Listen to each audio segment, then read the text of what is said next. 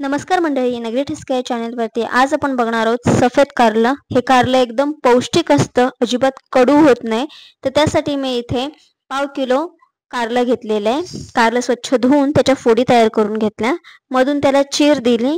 इथे ताटामध्ये थोडंसं मीठ घेतलं, त्यामध्ये थोडीशी हळद घातली, व्यवस्थित मिक्स करून घेतलं। आता हे हळद मीठ आहे ते आपल्याला या कारल्याच्या मधोमध घालून घ्यायचं आहे। याने काय होतं, कारली अजिबात कडू होत नाहीत। टोपात पाणी गरम करून घेतलं, यामध्ये सगळे कारले सोडून छान असे शिजवून घ्यायचे। वाटण्यासाठी मी इथे पांढरे तीळ, लाल सुक्या मिरच्या, कोथिंबीर, आलं, लसूण आणि सुकं खोबरं घेतलेलं आहे। त्याचबरोबर इथे मी मुठभर शेंगदाणे घेतलेले आहेत। आता हे सगळा मसाला आपल्याला तव्यावरती छान असा खरपूस होईपर्यंत भाजून घ्यायचा आहे। तर सगळ्यात आधी मी इथे छान असे लाल रंगाचे होईपर्यंत शेंगदाणे भाजून घेतले। आता त्याच तव्यावरती सुकं खोबरं भाजून घ्यायचं आहे। याच्यामध्ये एक्स्ट्रा अजून तेल घालायची गरज नाही, जे तेल आहे त्याच तेलामध्ये लाल रंगाचं होईपर्यंत खोबरं भाजून घ्यायचं।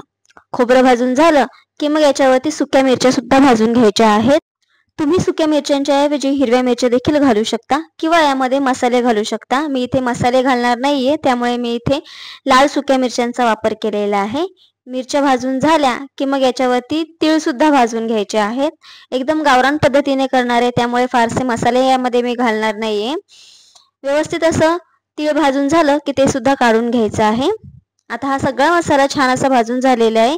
इकडे कारलं सुद्धा शिजून झालेलं आहे, मसाला थंड झालेला आहे। आता हा मसाला मिक्सर मध्ये वाटून घेतलेला आहे।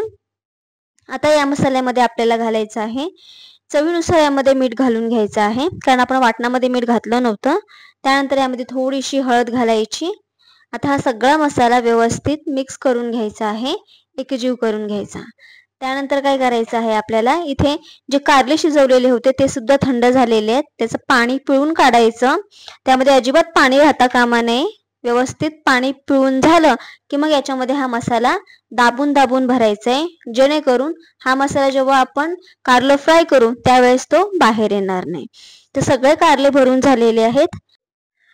इथे मी तवा घेतलेला आहे, तव्यावरती एक पळी तेल गरम करून घेतलं। आता यावरती सगळे कारले छान असे आपल्याला घालून घ्यायचं आहे आणि दोन्ही साइडनी आलटी पलटी करून फ्राय करून घ्यायचं आहे खरपूस होईपर्यंत।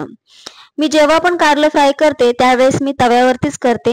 तव्यावर कारलं फ्राय करायचं कारण हे आहे की दोन्ही साइडनी छान असे खरपूस एकसारखे सगळं कारले जे आहेत ते व्यवस्थित भाजले जातात। कढईमध्ये काय होतं, बऱ्याचदा एखादं अर्ध कारलं कच्चं राहतं किंवा व्यवस्थित ते फ्राय होत नाही, त्यामुळे मी शक्यतो तव्यावरती फ्राय करत असते। तर आता हे सगळा जो कारले होते ते दोन्ही साइडनी फ्राय झालेला आहे। आता याच्यामध्ये जो एक्स्ट्रा मसाला उरला होता तो मसाला घालून घ्यायचा, व्यवस्थित मिक्स करून घ्यायचं आणि साधारण पुन्हा एकदा 5 ते 7 मिनिटांसाठी तव्यावरती फ्राय करून घ्यायचं आहे। अजिबात कडू होत नाही। मी ज्या पद्धतीने केलेलं आहे त्या पद्धतीने एकदा नक्की ट्राय करून बघा। तर अशा पद्धतीने हे कारलं फ्राय झालेलं आहे, चपाती सोबत किंवा भाकरी सोबत भन्नाट लागतात। नक्की ट्राय करा। व्हिडिओ आवडल्यास सबस्क्राईब करा।